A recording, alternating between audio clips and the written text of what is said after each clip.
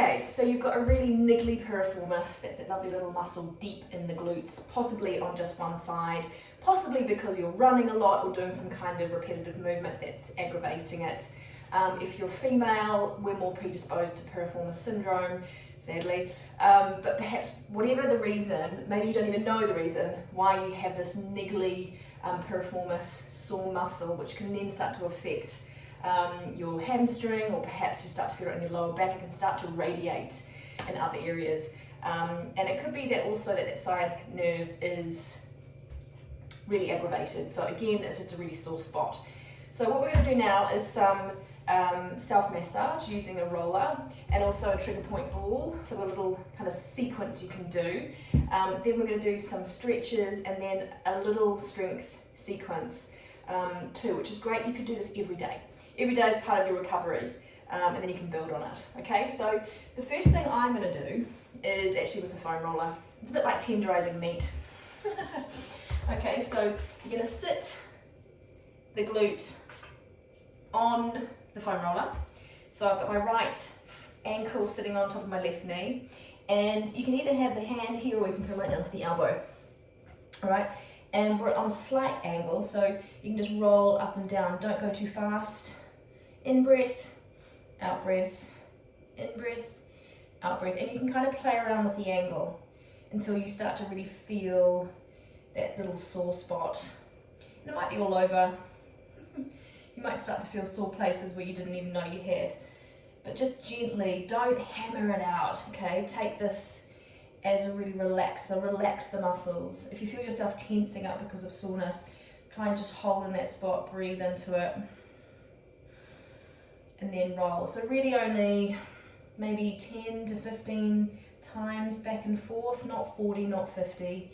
You know, you can actually then aggravate it further and create further inflammation. The goal here is to kind of tenderize it and release tension. All right, so once you kind of feel like you've done your 10 to 15, probably should have done that whilst you were listening to me, I'm sure, we then can move. So you can straighten out more into the IT band. So this is that lovely sort of dense fascia that runs down the side of the leg, often gets very, very tight and sore. So go easy. Okay, so place it just on the other part of the hip here. You're now sort of rolling down the side of the quad and just slowly up and down. Make sure you've got a bit more space than I do. I'm jamming my head up against the washing machine. All right, so you can go all the way down just to the end of the quad muscle there. And again, keep it really slow. One side may feel a bit more tender than the other. So again, if you feel yourself tensing, breathe through it. Diaphragmatically too, so in and out of the diaphragm. And I think best in and out of the nose, yeah? So once you've done your 10, if 10's like totally enough for you, then, you know, finish there. But make sure you balance up both sides too. If one side's sore and not the other side's not, make sure you do both, balance them out. You can then move to the quad muscle. I love this.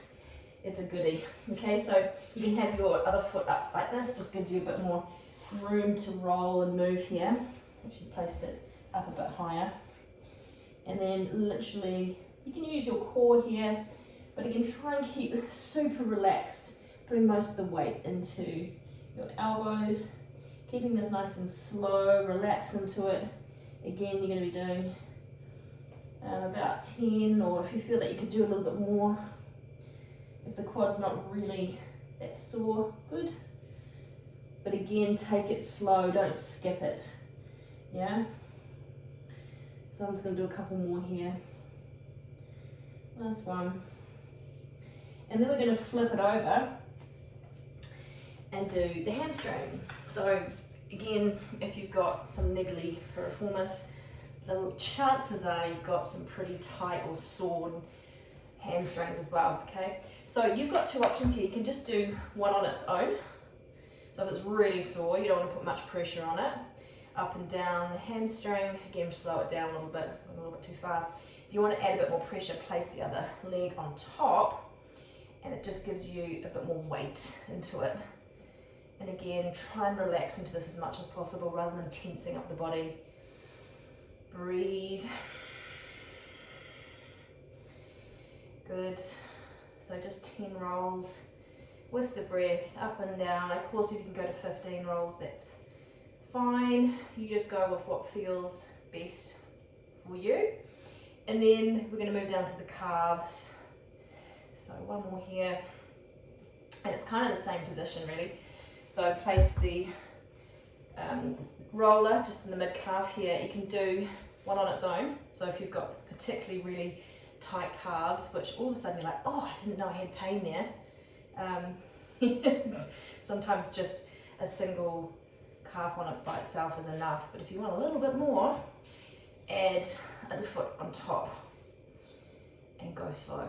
Oh, you can really start to feel the release. And again, you can play around with the angles. You can kind of move it around because you've got a couple of muscles there that can get pretty sore. And particularly if you run a lot or wear high heels. Who wears high heels anymore? I've forgotten what they look like. Here we go, but mine is still sore anyway. Good. So once you've done that side, you now want to swap to the other side. So now do the other side. So you can stop the video and just repeat that using the other leg. All right, now we're going to use the trigger ball. The trigger balls could also be, it could be a tennis ball. So I'm going to literally find that lovely little sore spot of my piriformis, so you can kind of find it. It won't take much for you to find it. Don't put too much pressure on it just yet. Just kind of roll the ball around until you find that lovely little tender spot into the piriformis, and then you're going to gently lower your weight into it and just going to hold. So you're just going to hold here and breathe through it. Always breathe, don't hold your breath. Use the breath to really help you relax and release. If you want to come down onto your elbows, you can do that. And you can also just play around with the angle a little bit, because you will start to feel it release. And all of a sudden, it just makes you want to sing. But do not spend too much time here. I would say maximum 10 breaths. Or hold it for 30 seconds, perhaps. Again, if you want to keep moving it around for another 10 breaths to a different spot until that releases, then do that. But if it's really, really sore, back it off. Don't aggravate it. Nerves don't like pressure. So it's the muscle that we are really trying to target here. And obviously the sciatic nerve runs underneath it or around it or through it. Depends the individual. It's very different for everyone. Okay, so if you're feeling any radiating pain down your leg and all of a sudden like, oh, that doesn't feel good, stop doing that, okay, and move it. All right, I would recommend you do it on the other side too. So you can stop the video, do the other side, okay? All right, we're now going to move to some stretches. So some of these you may have done before, but these are going to really target the piriformis. Okay, so just lying on your back, you can have a pillow if you like. I'm going to cross my right foot onto my left knee and try and really push the knee out. You may already start to feel a stretch or some kind of sensation in your piriformis just by virtue of doing this. If you're not, you can bring that foot in a bit closer and again guide the knee out a little bit more. Or if you want, you can lift the left foot off the ground and then pull it slightly towards you. You can reach right through. You can guide the knee out. Again, hold this position for about 30 seconds. And if you want, once you've done your 30-second kind of stretch or activation, again, if you're feeling any kind of pain that is radiating and not really enjoying it, then of course back it off, bring the foot down. So once you've done your 30 seconds, then what you can do is create some resistance of the foot into the top of the knee. Okay, so basically you want to really press the foot down as if you don't want that knee to come up. Okay, and then again you want to push that knee out, and then you're going to lift the knee up. So that's one, back off the resistance, let the foot drop. Go over again for 5 reps, here we go. Create the resistance with the foot, push the knee out, push it up. Good, and release. Create the resistance, so you'll feel that other quad fire up. Let's go for 3. Breathe. Last 2. Create the resistance. Push the knee out. Remember to keep that back flat too. Again, if your neck is not enjoying coming off the floor, just have that pillow there. Last one. Good. So keeping that leg where it is, now I want you to do is clasp your fingers around the knee, and I want you to pull the knee sort of up and over. So this direction. So the foot might come off the knee there. It's coming up and across. Now you may feel quite different sensation to the other side. So again, create that resistance pulling at the knee. It doesn't have to be very strong here, just a very gentle resistance as you pull the knee across. Good, hold. And again, keep the breath. So I like to do 5 reps. Good. I mean, again, you could go a couple more if you feel that it feels really good. But go slow, don't rush these. Good. All right. So now do the other side. I'm going to do this in real time with you just so that you do balance out both sides for sure. Don't just stay on one side and forget about the other. Okay, so again, if this is enough for you, just place that head down or on a cushion, push the knee out. If it's not enough, bring the other foot in a little bit more, that might help. Or you can lift the leg off and hold here for 30 seconds, or you can reach through if you feel like you can do that. All the while keep breathing diaphragmatically, so that's in through the nose, out through the nose as well. I like to do that. If you want to breathe out through the mouth, fine. But diaphragm, so breathing deeply into the belly too. All the while you can be pulling just a little more. And then once you've done your 10 breaths or 30 seconds are up, then you can release. All right, now we'll do it the same as we did the other side. So create the resistance of the ankle into the knee, trying to stop the knee from coming up. Okay, so 1, release the tension. Start again, create the resistance. 2, the sensation might be quite different on the other side. 3, again, if your neck is straining, just relax it. Good. 4, and then last one, 5. Good. Okay, so keeping that foot on the knee, we're going to reach across to the knee, and we're going to pull it up and across. Here we go. Creating a little bit of resistance into the knee here. Good. And just notice how your body feels on this side versus the other side. Depends on which side you're sore. But you may find actually some of these moves on the sore side are actually okay, but all of a sudden on the side that's not sore, it's like, oh, why am I now feeling that? So hence it's important to really balance up both sides. So you're going to do 5 reps each side. I think I've got 2 left. Good. You're just creating a little resistance there as you pull the knee across. 1 more.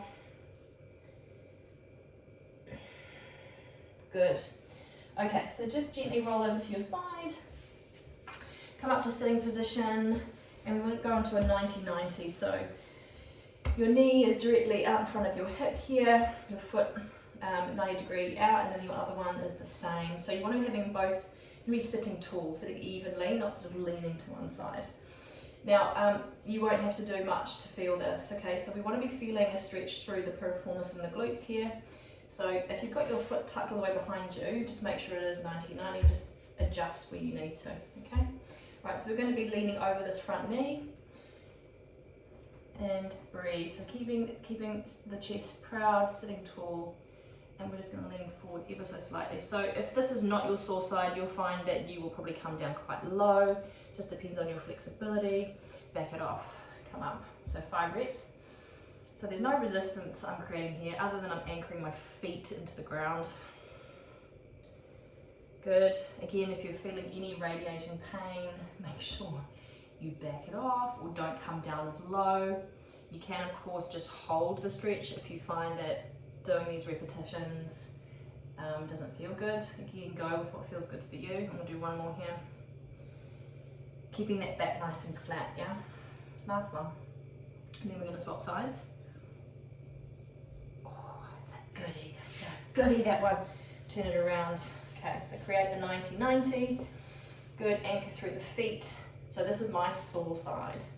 Right, so I won't come down as far. In fact, I won't have to come down very far at all before I start to feel it. I might just hold it here, or I might back it off. Come forward a little bit more. Each time you come forward, again, lifting through the chest, keeping that back flat, keeping the anchor through the feet. And you might find that you can come down just a little bit more if that side is a bit niggly. But don't overextend or piss it off, okay? So sometimes we really stretch into the pain, we're thinking that's a good thing, and you actually want to work within, see, look, I can come a little bit further now without any pain. You want to work within the range of your painless range, okay? So anytime you start to feel the pain, back it off. All right. Good, okay. Last thing we're going to do is actually grab a chair. So grab a chair. You've got one handy close by. I've got one here. All right, and it's literally just sitting. You can actually use your trigger ball for this too. So if you sit down a lot, you can do this at your desk. So kind of sit on the edge of the seat here and place your right foot on top of your left knee and just sit tall. And with the trigger ball, you could actually put it underneath and find that little sore spot right there and just let it create some pressure and release tension. Good, and you just literally push the knee down whilst you're anchoring that foot into the knee here. So sitting tall, don't hunch, keep the posture. Breathe in and out of the nose, good. And again, you can just hold this for 30 seconds. So once you've done your 10 breaths, all 30 seconds are up. Again, diaphragmatically, be really conscious about that. Just gently release the foot down, and then again, do it on the other side, even if it's not sore. It's really important to balance the body on both sides. Okay, so sitting tall, and breathe. Good, so you can hold the foot on the knee if you like, and just gently push that knee down. Just ever so slightly, really gentle.